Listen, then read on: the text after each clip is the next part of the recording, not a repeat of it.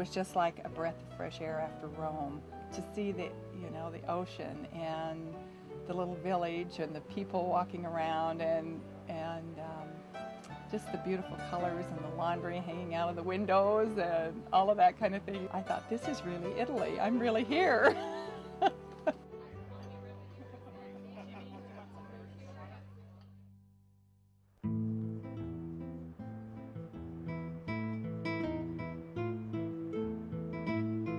The whole reason for our visit to the Cinque Terre is to relax. All the time spent here is your time, free to hike to any of the 5 villages, take a boat ride, swim,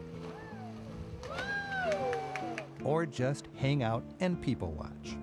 This balance between free time and structured time is built into all of our tours. We do schedule the days in quite a full way because there's so many things that we want to do, and we're able to do that by being on time and keeping to the schedule. But we're also very protective of free time for the tour members.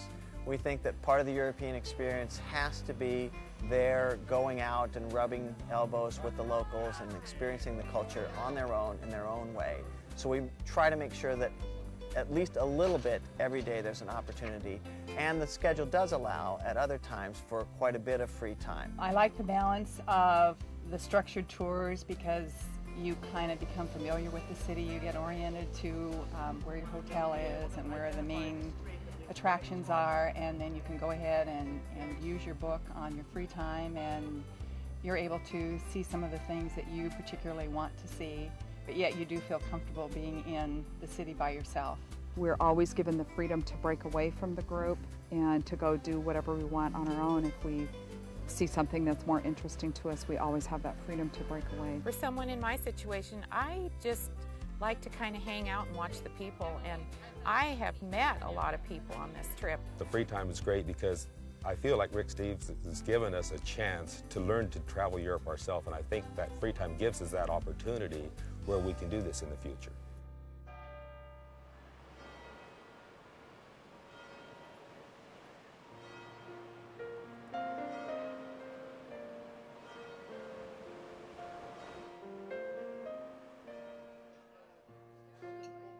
I can't believe how much fun I've had with all these people. And now we're getting towards the end of the tour, and I'm starting to think, oh my gosh, it's going to be so weird not to see these people. People have been very friendly, and I came by myself, so it was kind of nice to meet up with a group that I knew I would stay with for 3 weeks and get to know pretty well. I get a real thrill out of teaching some history and guiding a group through museums and sharing a little bit about art and European culture.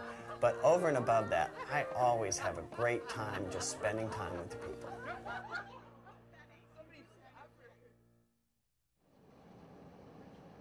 As we head north for the Alps, leaving the sunny Mediterranean coast, the landscape and the weather change. Keep in mind, Europe's weather is unpredictable. Even in the summer, you can be surprised by the occasional cloudburst. Double coverage, under the tree and under the umbrella. We're heading into the Berner Oberland, my favorite part of the Swiss Alps. And once again, getting to our hotel requires a climb. But this time it's with the